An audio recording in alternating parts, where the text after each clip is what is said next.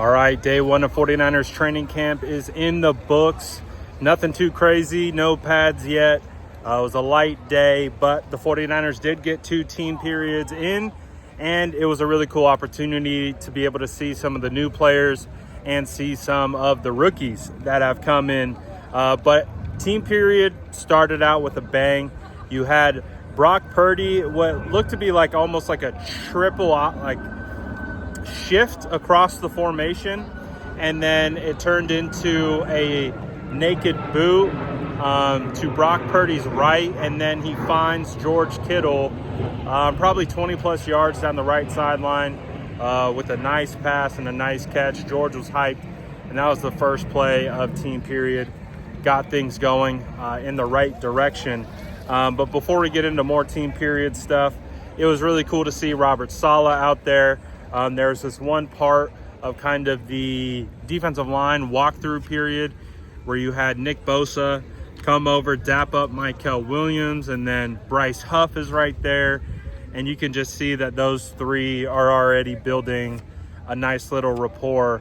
When they were doing their walkthrough session and what appeared to be their NASCAR package, it was Nick Bosa on the outside, Mykel Williams kicked over the guard on the inside. It was Kalia Davis and Bryce Huff on the outside. So I've been talking about it a lot. You know, I've been calling it the dog roll for Mykel Williams, who will likely be a base down edge and kick inside to rush the passer. And that appears to be what the 49ers are already planning. So I would imagine we will continue to see Mykel Williams get opportunities to rush the passer over the guard. So that's something to keep an eye on. There were a couple roster kind of starting situations playing out. As we know, Ben Barch, who's slated to be the starting left guard, started out on the NFI list. He, obviously not practicing, had Nick Sikel starting at left guard in his place. So that was interesting. And then when Trent Williams kind of went to the side, he had Spencer Burford starting at left tackle for the San Francisco 49ers. So a couple things there. When the first team defense came out, you would have thought it would have been D. Winters starting at linebacker. It was actually Luke Gifford, but D. Winters did come back. He actually had an interception, potentially house call, on doing a really good job of undercutting a screen on a pass from Brock Purdy. Just did a good job and read it and jumped the ball and picked it clean. So it looked like a screen play. There was also another INT. I couldn't determine if it was Brock or Mac Jones. It might have been Brock, but it looked like it was a pass that got tipped at the line of scrimmage, or his arm got hit, and the ball just kind of fluttered in the air up and over the middle, and it looked like it was Trey Brown who came away with the INT. Trey Brown looks like a guy who could potentially be a nice addition to the 49ers DB room. I know a lot of people wanted to know about Jawan Jennings. With Jawan and, maybe anticipating a hold in, he did practice today, and he had good energy per usual. He was out there dancing. He had one of the toughest catches on the day. It was an in-breaking route, heavily contested. DB was draped all over his back, and he still was able to spread out his arms and make a really tough catch over the middle, and they ended up ultimately going to the ground. But it was a really nice catch, tough catch, and Jawan was definitely active. I think he had 3 catches in team period. The other 2 were kind of in the flat, right and left. But Jawan definitely looked like one of the better wide receivers. I would say the other best wide receiver of day one of training camp was actually Demarcus Robinson. So Demarcus Robinson, wearing number 5, he was used often today and targeted often, and he came down with all his catches. Just heard from Kyle Shanahan that Jacob Cowing is dealing with a pulled hamstring. So we'll have to see how that situation plays out, but it does appear, as it stands, at least on day one of training camp, that you have Juwan Jennings and Demarcus Robinson as your top wide receivers. However, I do want to point out Jordan Watkins, he just looks the part. He's got the body language. He made a couple plays. And so Jordan Watkins impressed me as a rookie.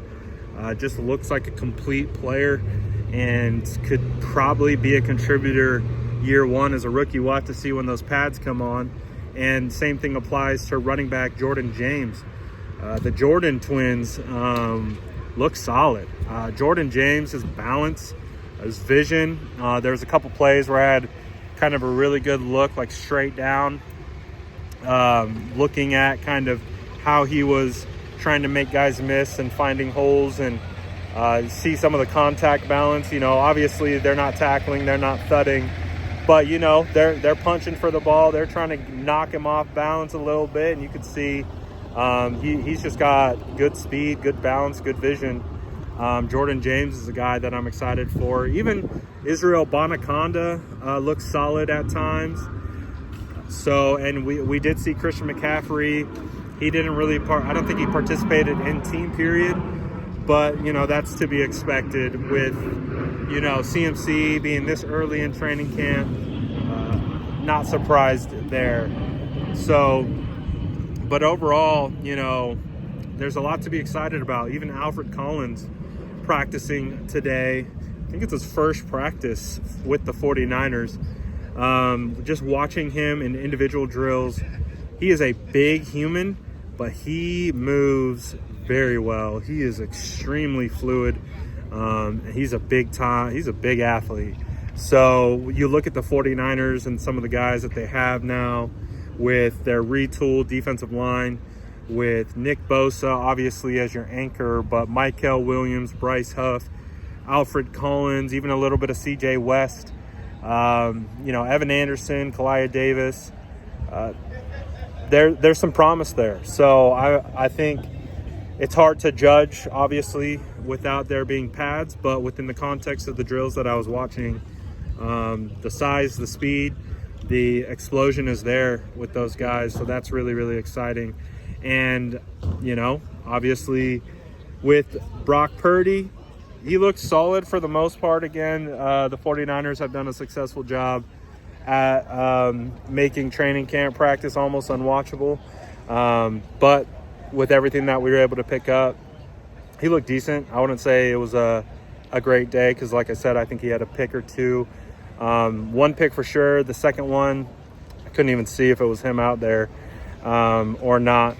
But even on that second one, it definitely looked like it was tipped at the line of scrimmage. And it was just fluttering, in the air. It's basically like a jump ball.